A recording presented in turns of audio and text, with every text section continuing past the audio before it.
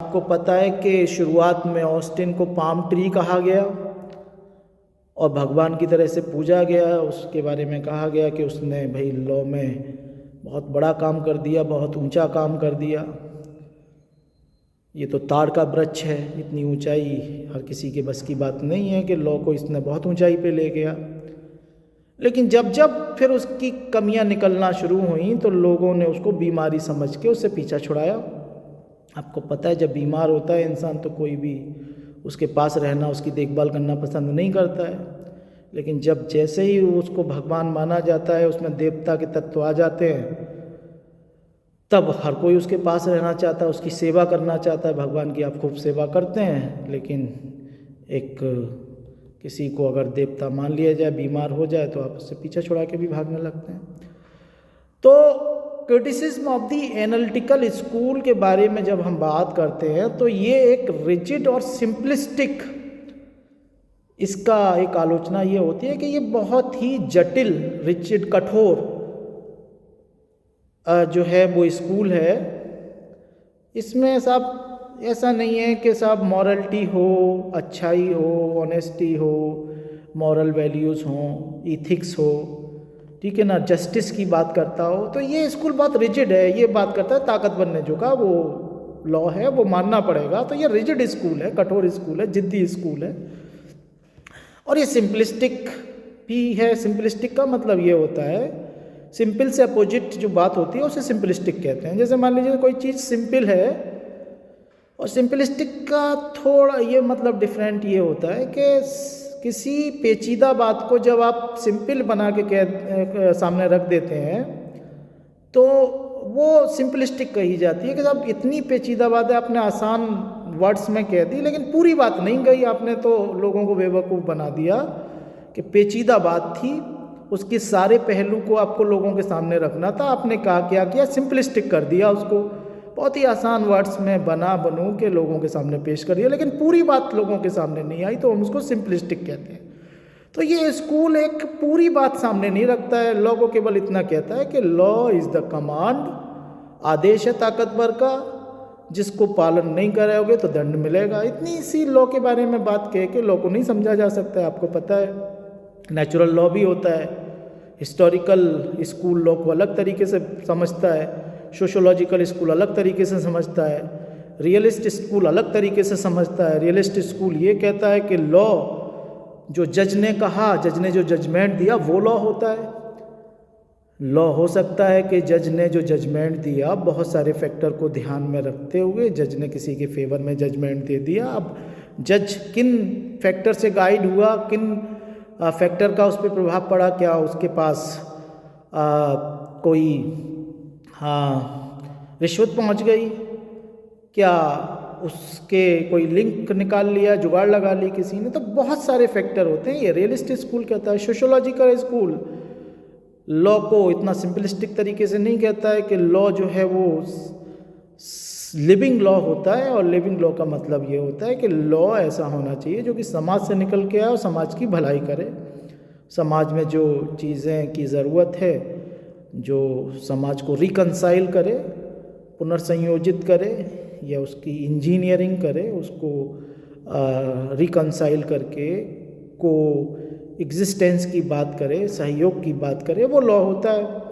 Natural law ये कहता है कि साहब लॉ जो है वो उसमें मॉरलिटी, इथिक्स, जस्टिस, वैल्यूज़, ये सारी चीज़ें होनी चाहिए। हिस्टोरिकल स्कूल ये कहता है कि भाई लॉ बनाते समय आप हिस्ट्री के जो ट्रेडिशंस हैं, कस्टम्स हैं, उसको भी ध्यान में रखेंगे, और लॉ वहीं से डेवलप होता है।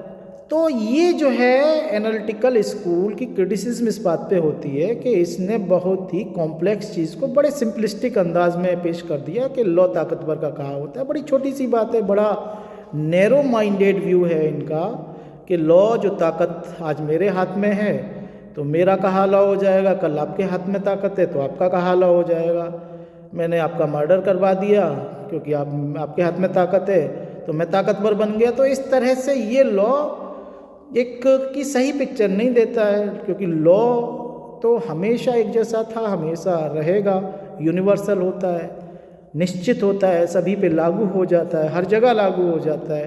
तो लॉ की ये खास बातें होती हैं।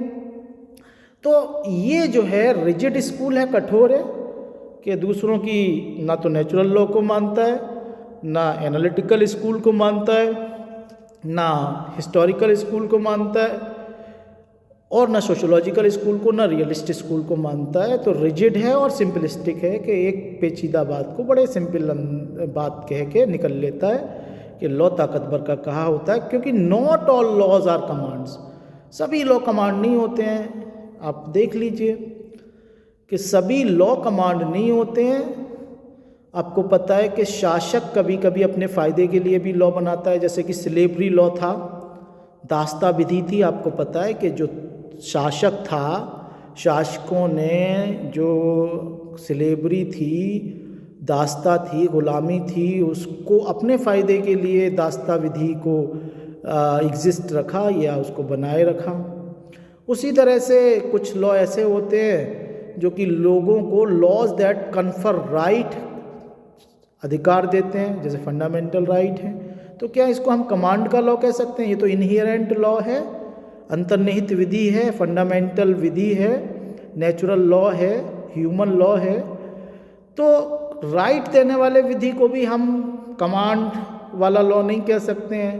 पावर दे रहा है किसी को कोई लॉ, जैसे कि विल के थ्रू आपको ये पावर मिल जाती है कि आपकी कोई प्रॉपर्टी हो जाती है, आपके फादर आपके फेवर में वसीयत करके गए, तो वो प्रॉपर्टी जब आपको मिलेगी तो आपकी शक्ति मिलेगी। जैसे कॉन्ट्रैक्ट होता है कि दो व्यक्ति आपस में मिल बांट के कोई एग्रीमेंट करते हैं, कोई समझौता करते हैं, कोई करार करते हैं। तो ये जो है राइट देने वाले लॉ को भी कमांड का लॉ कहा जाए क्या? तो ये जो है रिजिड और सिंपलिस्टिक स्कूल है, इसकी आलोचना होती है, और it ignores custom and morality, और ये रीति रिवाजों को और नैतिकता को जो है वो इग्नोर कर देता है। आपको पता है कि in reality customs traditions shapes the law, ठीक है ना। तो वास्तविकता में जो कस्टम रीति रिवाज होते हैं, जो परंपराएं होती हैं, वो उसका लॉ पे तो असर पड़ता है, ठीक है ना। कि जो रीति रिवाज थे, आपको पता है कि मुस्लिम लॉ में बहुत सारे एलिमेंट इस तरह के हैं जो कि स्थानीय रीति रिवाजों को भी कानून का हिस्सा बना दिया गया है। तो कस्टम ट्रेडिशंस जो हैं, यस प्लीज,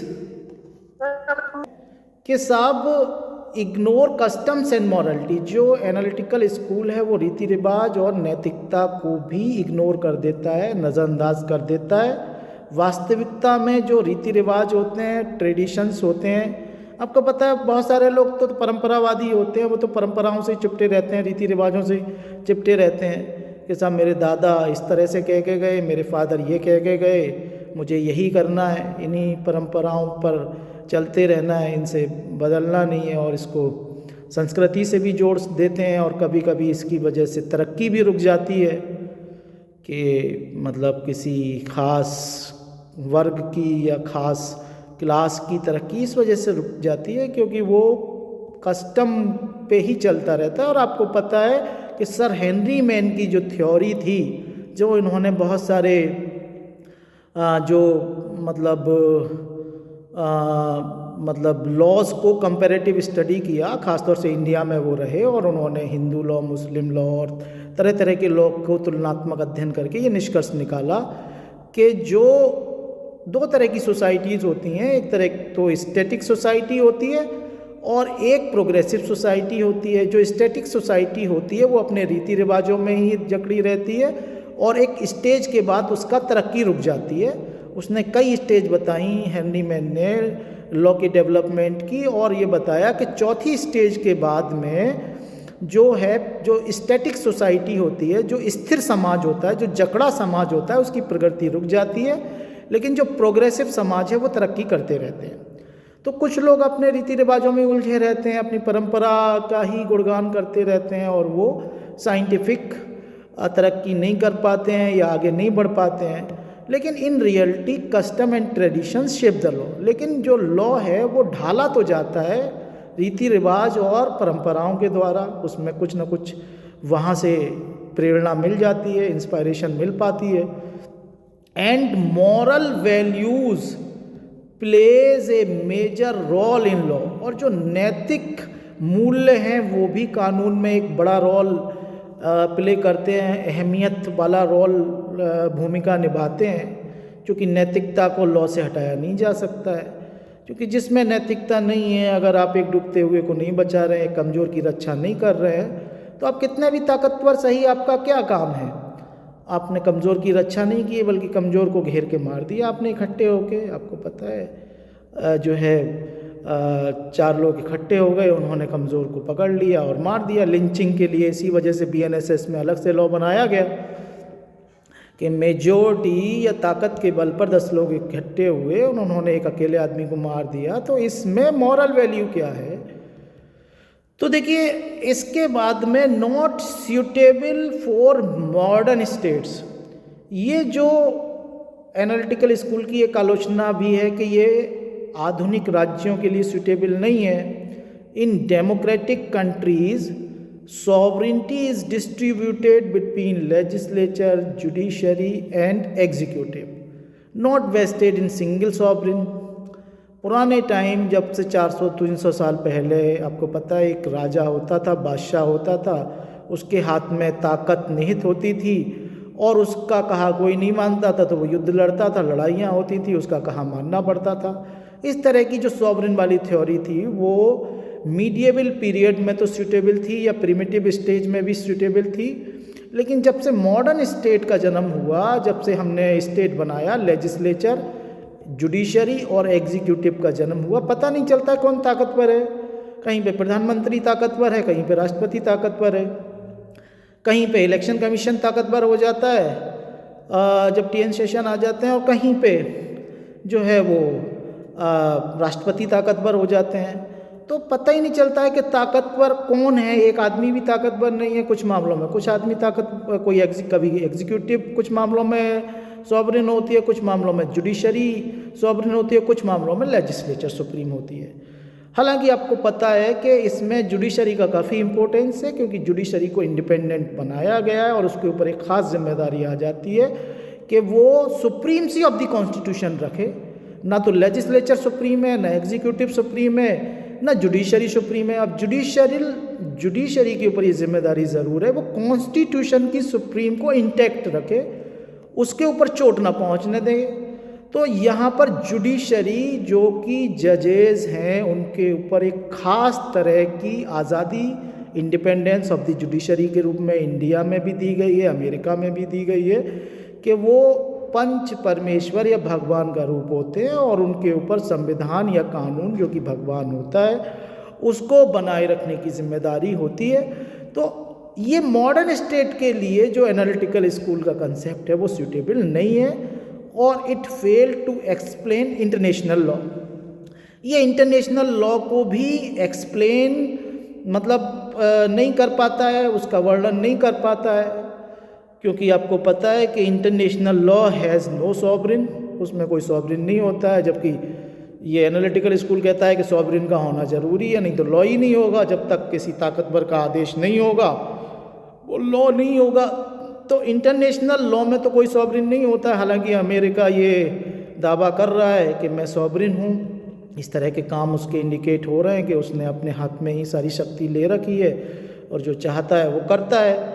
ना तो UNO की बात मान रहा है और ना किसी दूसरे देश को सम्मान दे रहा है। दूसरे सॉवरेन की उसने बुरी हालत कर दी है, दूसरे संप्रभुओं को बुरा हाल है। कोई भी आज दावा करने की पोजीशन में नहीं है। UNO के आपको पता है परमानेंट 5 मेंबर हैं, फ्रांस, रशिया, चाइना और अमेरिका, और उसके अलावा ये 5 देशों में से जो अमेरिका है वो अपनी चला रहा है, और इंटरनेशनल लॉ को भी उसने जो है अपने कब्ज़े में लेकर सारे अपनी मर्जी से, आपको पता है कि इसने अभी फ़िलहाल में जो वेनेजुएला के राष्ट्रपति को उठा के ले जाने का काम और जो टैरिफ नीति उसकी जो है वो इस तरह के काम है कि वो अपने आप को सॉवरेन घोषित कर रहा है और किसी को भी सॉवरेन नहीं मान रहा है। तो देखिए इंटरनेशनल लॉ में जो सॉवरिन का कंसेप्ट होता ही नहीं है, क्योंकि आपको पता है कि इसमें कोई सॉवरिन नहीं है, सब अपने अपने एरिया में सॉवरिन है। अगर आप एक जगह के सॉवरिन को उठा के ले जाएंगे, एक जगह के राष्ट्रपति को उठा के ले जाएंगे, तो कल कोई दूसरा ताकतवर देश रशिया यूक्रेन के राष्ट्रपति को उठा के ले जाएगा। तो इस तरह से देशों में अराजकता हो जाएगी। या तो आप नेचुरल लॉ को पूरा इंटरनेशनली मान लें, पूरी दुनिया में इंटरनेशनल लॉ चल जाए, एक तरह की सरकार हो जाए जहाँ पे सभी दुनिया में पूरी एक वर्ल्ड कम्युनिटी है जिसके रूल चलेंगे, तो ठीक है। या फिर अपना सॉवरिन का अगर कंसेप्ट है कि स्टेट अपने अपने एरिया में सॉवरिन है, तो किसी खास देश को इस तरह के काम नहीं करने चाहिए कि दूसरे देशों की सॉवरिनटी उससे जो है वो प्रभावित हो या वो जो है अपने आप को छोटा महसूस करें। तो ये जो एनालिटिकल स्कूल है वो एक्सप्लेन करने में असमर्थ हो जाता है इंटरनेशनल लॉ में को, क्योंकि इंटरनेशनल लॉ में एक आदमी सॉवरिन नहीं है, सभी देश, सभी राष्ट्र, सभी राज्य अपने अपने क्षेत्र में संप्रभु हैं। एक किसकी बात मानी जाए, अमेरिका की मानी जाए या रशिया की मानी जाए या चाइना की मानी जाए, सभी अपने अपने एरिया में सॉवरिन है, कोई एक सॉवरिन नहीं है। जबकि एनालिटिकल स्कूल कहता है कि एक सॉवरिन होना चाहिए। तो इस तरीके से हम देखते हैं कि इसकी 4 बातों पे ख़ास तौर से आलोचना हुई कि ये भाई रिजिड स्कूल है, सिंपलिस्टिक इसने बातें कह दी हैं, बच के निकल गया, केवल एक बात को बड़ा सिंपल कह के कोई आदमी अपनी जो है बात को कह जाता है, लेकिन वो पूरी बात नहीं होती है, क्योंकि devil is in the detail. जब आप डिटेल में जाते हैं तब उसमें कमियां समझ में आती हैं। सिंपल में ये लगता है कि ये थ्योरी तो बहुत अच्छी है। It ignore custom and morality, इसने कस्टम और मॉरलिटी को भी इग्नोर कर दिया है। Not suitable for modern state, ये आधुनिक राज्य जहाँ पे पता ही नहीं चलता है कि सॉवरिन कौन है, लेजिस्लेचर सॉवरिन है, जुडिशरी सॉवरिन है, एग्जीक्यूटिव सॉवरिन है, या बहुत सारे अधिकारी हैं जो कि किसी खास मामले में सॉवरिन है और कुछ मामलों में उनकी बिल्कुल नहीं चलती। तो ये सुटेबल नहीं है मॉडर्न स्टेट के लिए ये एनालिटिकल स्कूल, और ये इंटरनेशनल लॉ को भी एक्सप्लेन करने में फेल हो जाता है, क्योंकि इंटरनेशनल लॉ में भी कोई भी सॉवरिन नहीं होता है। तो जो है मतलब हालांकि इंटरनेशनल लॉ फिर भी जो है इफेक्टिवली लागू हो पाता है। हाँ, आपको पता है हालांकि अभी जो रिसेंट डेवलपमेंट हुए हैं उसमें यूएनओ को अपना इज्जत बचाना भारी पड़ रही है, यूएनओ की चल नहीं पा रही है, और इवन के जो वीटो पावर रखने वाले देश हैं उनकी भी नहीं चल पा रही है एक ख़ास देश के सामने। तो ये जो है हालांकि इंटरनेशनल लॉ प्रभावी तरीके से लागू हुआ है, और सेकेंड वर्ल्ड वार के बाद में कोई बड़ा युद्ध हमने नहीं देखा है। हालांकि बहुत सारे बीच बीच में छोटे मोटे युद्ध होते रहे, कोल्ड वार के बाद में भी, और कोल्ड वार से पहले भी मतलब हालांकि कुछ इस तरह के विचलित करने वाली खबरें आई हैं कि सारे देश कुछ खास एट्रोसिटीज़ पे चुप्पी लगा के बैठी रही हैं, और इसी वजह से हमने देखा है कि अमेरिका ने कई जगह अटैक किया है और अपना संप्रभुता साबित करने की कोशिश की है। अब देखिए हमारा जब हम बात करें तो कंट्रीब्यूशन ऑफ एनालिटिकल स्कूल क्या है, ये बात आती है।